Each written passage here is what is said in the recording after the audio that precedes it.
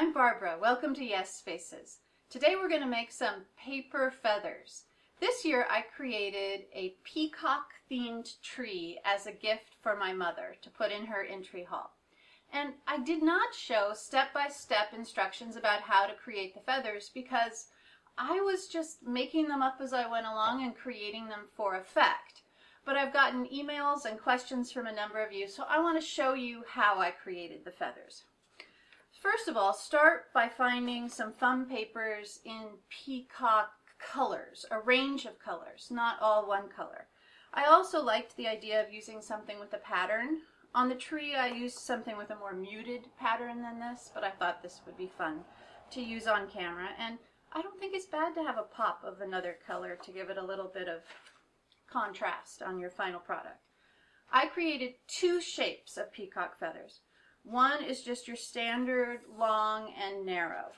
And for those, I drew these lines with Sharpies so that you can see them clearly. I did not draw these on my actual paper because I do not want thick black lines on my final peacock feathers. So I cut along this outside line, and then I just started making slits in the direction of the lines that I've shown you there. So let me finish by making these last few slits.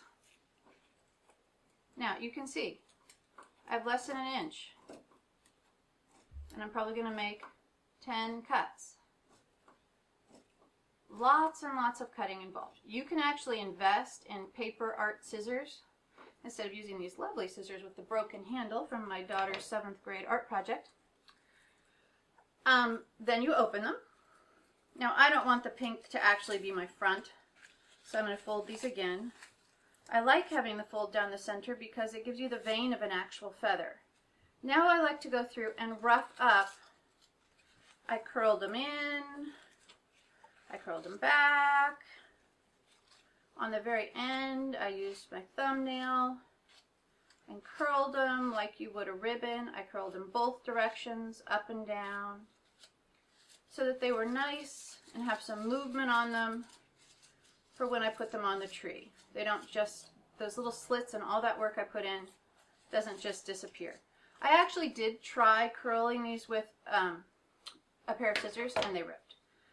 Then what I did is I ran my thumb along the bottom part to make it curl that way, and the top part underneath to make it curl that way, so that they hang like this from the branches of the tree. It's the first type. Second type is your more traditional peacock feather, but I didn't try to emulate exactly. There are a number of ones out there where they do contrasting colors.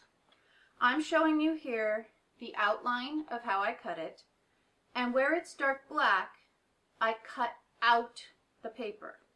So on this one, I've started to cut. This is this end. And then I'm going to cut out the target sort of design. I actually remove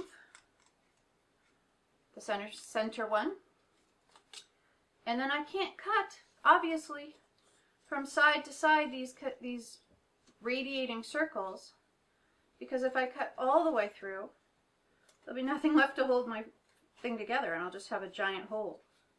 And I am going for having those lines there. So I won't cut the second one, but you get the idea. I'm going to have two sets of those when I'm finished. And then it's going to look like this. Now I went ahead and cut the feathers up here sideways because I wanted a lot of movement on my tree. Did the same thing with my fingers. Oops, now you're going to lose a few. My same thing, curled them. And I just did dozens of these. Out of one piece of paper, you can get 4 or 5 feathers. I spent 4.5 hours, 5 hours, making the peacock feathers for my tree. 2 old movies at least. I like to watch old black and white movies on the movie channel while I do this kind of monotonous work. It's cheerful, better than the news. Now I have 2 great kind of feathers. Curve this one so it'll plant into the leaves of the tree as well. I have 2 different great kinds of feathers, and once I have them in all these different colors, it's going to make for a very colorful tree. Let's take a look at the final product.